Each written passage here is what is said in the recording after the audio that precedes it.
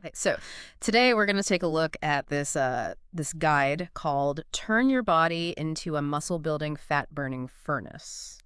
Ooh, catchy. Yeah, right. By ZA Sports, and the title, it really it promises a lot, right? Like this ultimate approach is what they call it for getting like long-term results. Whether you're, a guy who wants to get, ripped, defined, and big, as they say, or a woman wanting to get, like a superbly slender, slim figure with pure definition. I mean, They're not holding back no, they're not. on promises. On the promises, yeah. And you shared this with us because I think you're, hoping that we could kind of cut through all the noise and really see what are the core principles of this ultimate training thing, so you can figure out, does this actually offer me like a more direct path to reaching my goals without feeling overwhelmed by all the, complexity of it. Yeah, it's a tall order because, like you were saying, the title alone kind of sets you up for like, is this really the be all end all? Is this the solution I've been waiting for? And I think that's the case with a lot of these fitness programs, right? They really go in on those promises,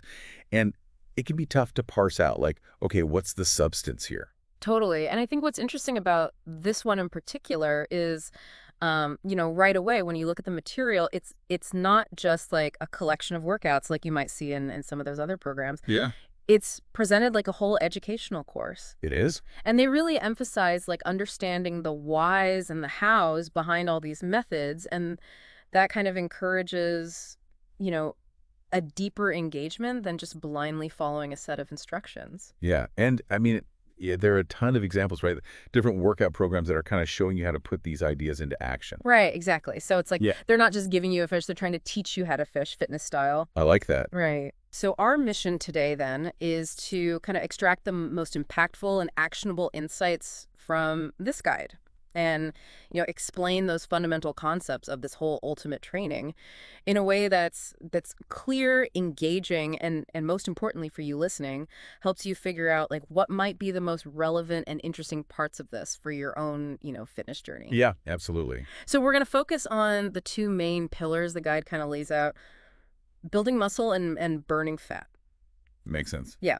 So let's unpack this, starting with the muscle building side of things and what they call the ultimate training basics. All right, let's get ultimate. Right. So when it comes to ultimate training, they're really all about efficiency, right? That's kind of the foundation. Okay. They want you to get the maximum muscle fiber stimulation and overload in the shortest amount of time possible. So it sounds like we're going to be talking about some pretty intense workouts. Yeah, you can definitely get that sense right away just from how they're framing it.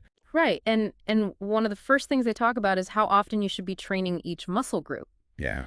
And this is where they kind of throw a curveball, because they're saying forget about working out the same muscles multiple times a week like you might see in a lot of other programs. Right. They say just train each muscle group once every 5 to 7 days. Wow. Okay, so once a week, basically. Yeah, once a week. That's a pretty big difference from what a lot of people are used to. It is, and their reasoning is that they're saying, complete recovery is essential because that's when the actual muscle growth happens, not while you're in the gym, breaking things down. Right, it makes sense. Right. So training too frequently, they say, can actually hinder your growth. Right. And can even lead to, overtraining and an actual muscle breakdown instead of building it up. Yeah, and that really aligns with what we know about how our bodies actually repair and rebuild muscle after a tough workout, right? You need that time to let the process happen. Totally. And it's interesting that they put a specific number on it, 5 to 7 days. It is. It's like a very deliberate approach to scheduling your workouts to make sure those muscles have time to recover. Absolutely. And it's not just about how often you train, it's also about how long those workouts should be. Okay, so how long are we talking? Well, they're pretty firm on keeping them between 30 and 40 minutes. Really? That's it? Yeah, that's it. So short and sweet. Short and sweet and intense. That makes sense. Yeah, because they say, training for longer than that increases your risk of overtraining, and it can lead to your body releasing those catabolic hormones. Right. Those are the ones that break down your tissues. Exactly. And that, then reduces your anabolic activity, which is what you want for muscle building. Yeah. You want to be building up, not breaking down. Exactly. So this really emphasizes that idea of prioritizing quality over quantity. Totally. Like if you only have a limited amount of time in the gym, every minute counts. Yeah, you got to make it count. And this could be appealing to, people who are busy and don't feel like they have hours to spend in the gym. Definitely. Yeah. Now, when it comes to the number of sets you do, the guide has a pretty specific rule. Okay, lay it on me. They say you should be doing just 6 to 9 total heavy sets for each muscle group, Okay, regardless of how many different exercises you're doing for that muscle. got it. So regardless of how many exercises, 6 to 9 sets total. Total. And they're very clear that your warm-up sets don't count toward this total. Interesting. So this is really about those heavy lifting sets. Yeah, those are the ones they're focused on. So it's a lot less volume than what some people might be used to in a traditional workout program. Yeah, and that's a big part of their philosophy, this whole idea of, quality over quantity. Right. It seems like they're really trying to make sure that each set you do is done with maximum effort. Exactly. And that you're not getting so fatigued that you can't maintain that intensity throughout your workout. Yeah, you don't want to be burning out halfway through. Exactly. So then what about reps per set? How many are they recommending? Okay, this is where it gets really interesting. They call it the heart of ultimate. Ooh, I like it. And it's performing just 4 to 6 reps per set on pretty much all of your exercises. Wow, that's a pretty low rep range. It is, yeah. And they believe that this particular range is like the sweet spot for maximizing the overload and the recruitment of your muscle fibers. So even though it's a lower rep range, they're saying it's still optimal for building muscle because of that overload aspect. Exactly. They're all about that overload. Right. And it makes sense because you're going to be using heavier weight if you're only doing 4 to 6 reps. Yeah, they even give you a way to know if you're using the right weight. Okay, how's that? They say if you can do fewer than 4 reps, the weight is too heavy. Okay. But if you can do more than 6, it's too light. So you got to find that sweet spot. Exactly. That 4 to 6. Right in there. Got it. So then the question is, what exactly makes an ultimate set? Yeah, good question. Well, it's a set that's performed to what they call positive failure. Okay, positive failure? What do you So it means you're using a heavy weight, those 4 to 6 reps, Right. and you go to the point where you literally cannot complete another rep on your own with good form. Okay, so you're pushing yourself to your absolute limit on each set. Exactly. And here's another interesting thing. They actually advise against using forced reps. That's interesting because forced reps are pretty common in a lot of training programs. They are, yeah. But these guys are saying that they could actually be counterproductive. So they're really emphasizing staying within your own limits. Yeah, and not pushing beyond that point where you can't complete a rep on your own. It's interesting is like they're really focused on avoiding injury Right. and making sure that every rep is high quality. Totally. So it seems like intensity is a big theme here. Huge. Yeah, they say it's crucial for making your muscles grow Right. and that it's as much a mental thing as it is physical. So it's not just about lifting the weight. It's about really focusing on the muscles you're working.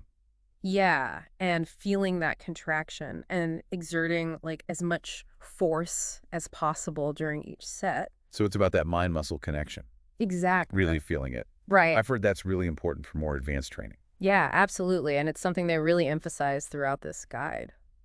Okay, so we've talked about the sets, the reps, the intensity. What about rest between sets? Are they big on short rest periods to keep the intensity up? Actually, no, this is another area where they kind of go against the grain. Okay, how so? They recommend a pretty generous 2 to 3 minutes of what they call short-term recovery, or STR.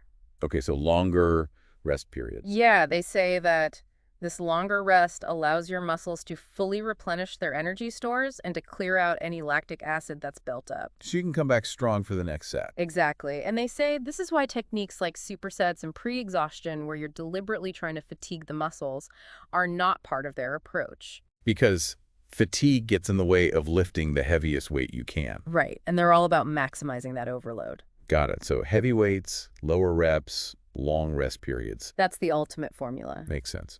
And speaking of overload, they stress that muscle growth is triggered by progressively increasing that overload over time. So it's not just about lifting heavy, it's about constantly challenging yourself to lift heavier. Exactly. They say you should aim to increase the weight you're lifting or the number of reps you can do in some way at every single workout. So always pushing your limits a little bit further. Exactly. And they also point out that that burning sensation you get in your muscles, that's often from lactic acid. Right, the burn. Yeah, and that feeling of a pump, Yeah. which is just blood accumulating in the muscle. Everyone loves the pump. They say those aren't reliable indicators of whether you've actually achieved that optimal overload. Interesting, because a lot of people do associate that burn and that pump with a good workout. They do, but this guide is saying that what really matters is that mechanical tension and stress you put on the muscle fibers from lifting those heavy weights. So it's more about the actual weight than how it feels. Yeah, it's about that progressive overload. Okay, that makes sense. Now, even warming up gets the ultimate treatment. Okay, I'm intrigued. How do you warm up the ultimate way? Well, they say you should approach every single rep, every set, every workout with that muscle building intention in mind. So even warm-up has a purpose. Yeah, it's not just about preventing injury, it's about priming your body for those heavy lifting sets. And they give a specific example of how to warm up for the bench press, where you gradually increase the weight and decrease the reps as you get closer to your working sets. So the warm-up is almost like a mini workout in itself. In a way, yeah, it's about preparing your muscles and your nervous system for those heavier loads. So it's not just about getting your heart rate up, it's about specifically prepping for the workout ahead. Exactly. And finally, they talk about this concept of muscle memory. Muscle memory, okay. And their argument is that the very last set of an exercise has a big influence on how your muscles adapt. Interesting. So the last set is the most important. In a way, yeah, they say you should always end with a heavy 4 to 6 rep set, so your muscles remember that kind of stimulation. So it's like you're leaving them with a lasting impression. Yeah, and they say to avoid ending with those burnout sets, where you're using lighter weights and higher reps. So no going to failure with those really high reps at the end? Right. They want you to end on a strong note, literally. Okay, so that lays the groundwork for the training side of things. Yeah. Now let's talk fuel. Fuel. Nutrition. Okay. Because you can't build muscle without the right fuel. Right. And the guide makes a pretty bold statement about nutrition. What do they say? They say it's 100% crucial. Wow. Just as important as your training, your intensity, your hydration, even your mental attitude. So it's not just an afterthought. No, it's like a fundamental pillar of this whole system. They're really emphasizing that holistic approach. Totally. They view it as a structured and consistent plan to provide your muscles with everything they need to repair and grow during that recovery period. Makes sense, because muscle growth doesn't stop when you leave the gym. Right. It's a 2-4-7 process. Exactly. And they break down nutrition into 5 key elements. Okay, hit me. Calories, protein, carbohydrates, fats, and water. The big 5. The big 5, yep. So let's start with calories. They describe calories as the fuel for your body and for protein synthesis, which is the process of actually building new muscle tissue. Right. And they point out that everyone's calorie needs are different depending on your activity level and what they call metabolic individuality. So basically how your body processes food. Yeah, everyone's a little bit different. Right, which makes sense. But they do give a guideline for people who are moderately active and trying to gain muscle. So what's the magic number? Well, it's based on a BMR variable and your body weight. And for someone who weighs 200 pounds, it works out to about 320 calories per day. So that's the starting point. Yeah, and they emphasize that you might need to adjust that based on how your body responds. Right, everyone's different. Exactly. So next up is protein, which they call the builder of cells. Okay, the building blocks. Yeah, and they say it's essential for muscle repair and growth. Makes sense. And they really stress the importance of getting a consistent supply of protein throughout the day, ideally every 3 hours. So you want to keep those protein levels topped up. Exactly. And they recommend aiming for at least 53% of your total calories coming from protein, or at least 2 grams of protein per pound of body weight if you're trying to gain muscle. Wow, that's a lot of protein. It is. Yeah, it's a lot higher than what you see in a lot of other dietary guidelines. It is, but it makes sense given their focus on building muscle. Right. It's all about maximizing that muscle protein synthesis by giving your body the building blocks it needs. And they measure the quality of protein too, right? They do, yeah. They say that things like whey protein are a good choice because they're easily digested and absorbed. So you want to make sure you're getting those complete protein sources. Exactly. Now let's talk carbs. They identify carbs as the primary source of energy for your muscles. Okay, carbs for fuel. Yeah, and they say that they should make up about 37% of your total daily calorie intake. Okay. And they advise prioritizing complex carbs over simple carbs. Because they provide more sustained energy. Right, and they help avoid those sugar spikes and crashes that can lead to fat storage. So things like whole grains and vegetables. Exactly. Good stuff. Yeah, and they're not big fans of simple sugars. No surprise there. Not for this type of training. Okay, so we've got protein, carbs. What about fats? Fats get the smallest slice of the pie, about 10% of your total calories. Okay, so they're keeping the fats pretty low. Yeah, they acknowledge that fats are important for various functions in the body. Right. but they're also calorie dense. Yeah. So they recommend limiting your intake to avoid those empty calories. So no loading up on butter and bacon. Not exactly. No, they do mention that certain fats like CLA might have some benefits for fat loss and muscle gain. Interesting. I've heard some buzz about CLA. Yeah, it's one of those supplements that gets a lot of attention, but they generally advise against going overboard with fat supplementation. So just stick to a balanced diet. Yeah, and get your fats from whole food sources. Makes sense. And finally, we have water. Ah, the elixir of life. Right. They say it's essential for pretty much everything. Yeah, I mean, our bodies are mostly water. Exactly. And it's involved in so many processes. Digestion, nutrient transport, temperature regulation, everything. They recommend aiming for at least a gallon of pure water per day. Wow, that's a lot of water. It is, but they say it's crucial for staying hydrated, especially when you're training so intensely. Yeah, especially if you're sweating a lot. Exactly. So they even give you a breakdown of what all these macronutrient needs would look like in grams for that 200-pound person we were talking about. Oh, that's helpful. Yeah, so it works out to about 413 grams of protein, 289 grams of carbohydrates, and just 35 grams of fat. Wow, so that really highlights the high protein emphasis of this approach. Definitely. It's a very protein-focused way of eating. It is, yeah. All right, so we've covered the basic principles of training and nutrition. Yeah. Now let's get into the nitty-gritty. Okay. What are the best exercises for actually building muscle? So the guide calls this section the best exercises for maximum muscle growth. Love it. And right away, they emphasize focusing on compound movements. Okay, those are the exercises that work multiple muscle groups at the same time. Exactly, like squats, deadlifts, bench press, things like that. Right. And they say these are the most effective for building muscle because they allow you to lift the heaviest weights. Whip is what they're all about. Exactly, and they stimulate more muscle growth overall. Plus, it's more efficient, right? You're working more muscles in less time. Exactly, and they generally advise against relying too heavily on those isolation exercises. The ones that just work one muscle at a time. Yeah, like bicep curls or triceps extensions. Right.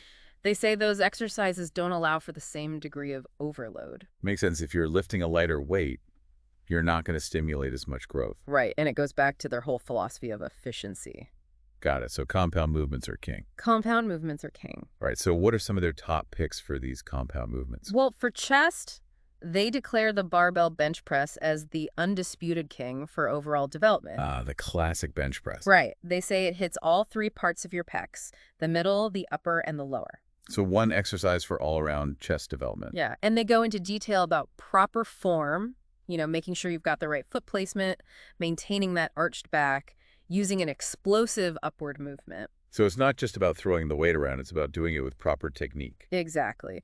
And they also recommend the incline barbell bench press as the best for targeting the upper chest. Okay. Flat and incline dumbbell presses for increasing your range of motion. Yeah, dumbbells give you a little more freedom of movement. They do. And they say the decline barbell press is good for hitting that lower chest. Okay. And weighted dips are another great option. I love dips. Yeah, those are really good for overall chest development. Especially the lower chest. Right. And interestingly, they specifically say to avoid dumbbell flies and cable flies.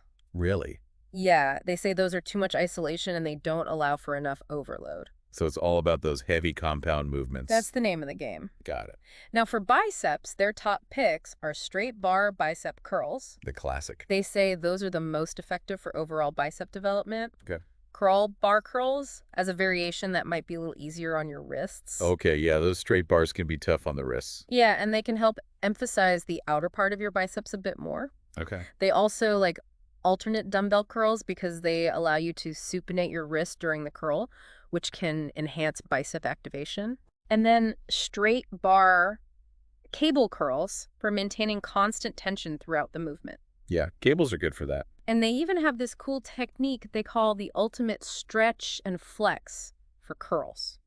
Oh, tell me more about that. So you basically lock your elbows at the bottom of the rep and really flex your biceps for a second. So it's like you're emphasizing both the stretch and the contraction. Exactly. And they say that can really enhance the effectiveness of the curl. Got to try that. Yeah, definitely. And as for exercises to avoid for biceps, they say concentration curls, preacher curls, and any kind of isolation machines. Again, because they're not heavy enough. Exactly. They just don't allow for that same level of overload that you get with those free weights. Got it. So stick to the free weights for biceps. Free weights for biceps. Okay, so they've... Yeah, they recommend pull-ups and low cable rows for back, Makes sense. deadlifts and good mornings for lower back, Okay. triceps presses like lying extensions over your head, and close grip bench presses for triceps, Yep.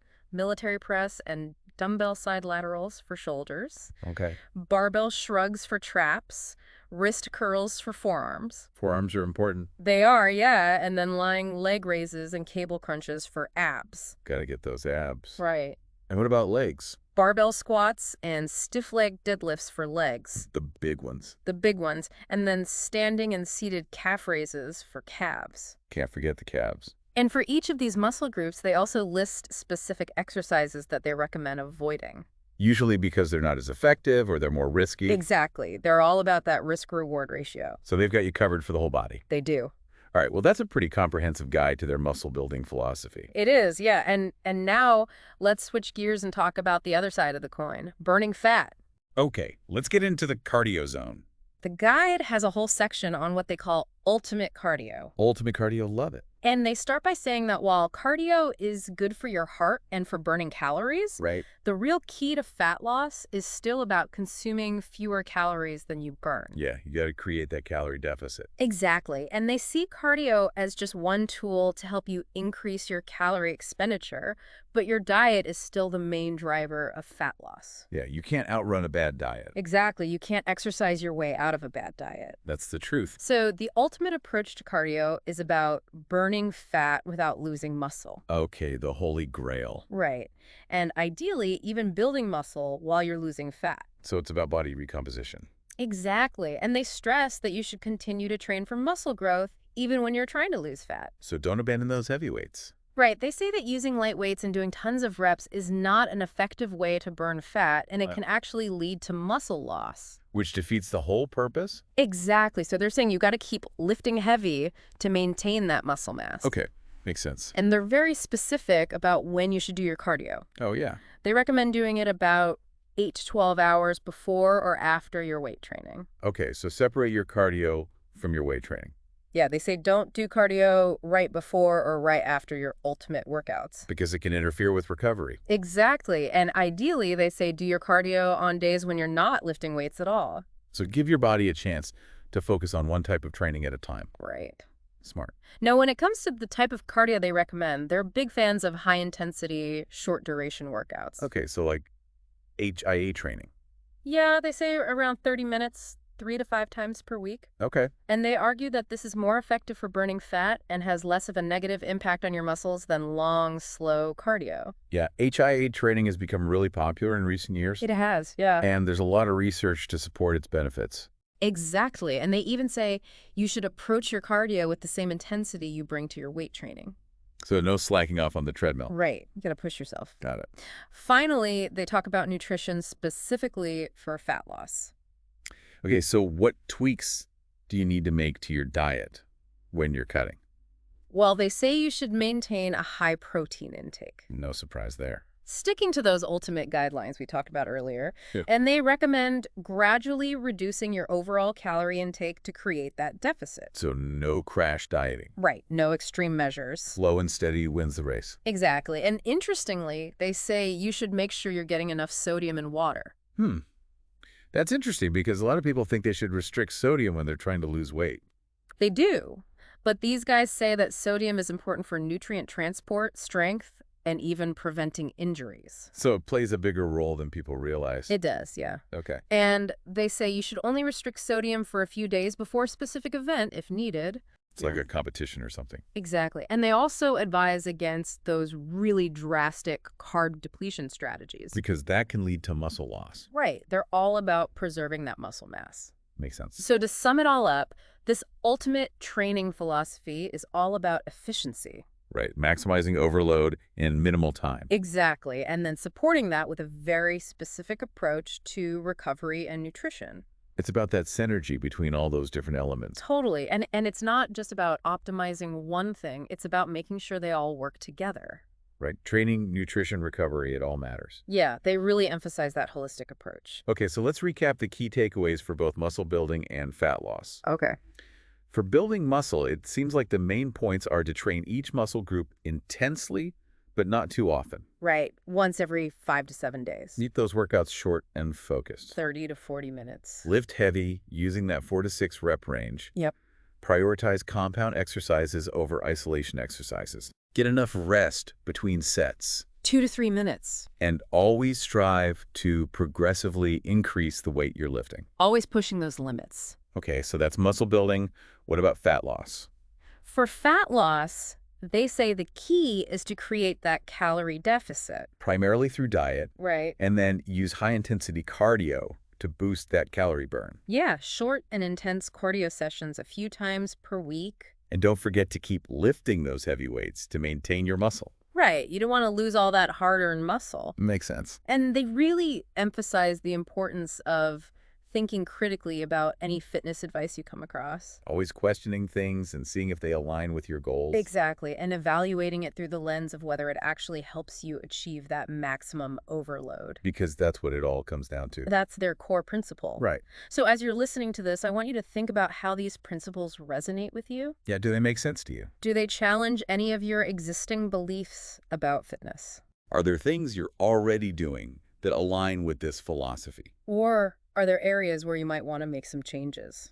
And if you're curious to learn more about those specific exercises they recommend and the reasoning behind their choices. Yeah, the guide goes into a lot of detail about that. It's definitely worth checking out. It is. It's really interesting to see how this ultimate training approach kind of goes against the grain of a lot of conventional fitness wisdom. It does, yeah. Especially with that emphasis on less frequent training and lower overall volume. But they make a pretty compelling case for their methods. They do, yeah. So it really makes you think about whether more is always better when it comes to exercise. Right. Or whether maximizing that overload might be the more efficient path to building muscle and strength. Food for thought.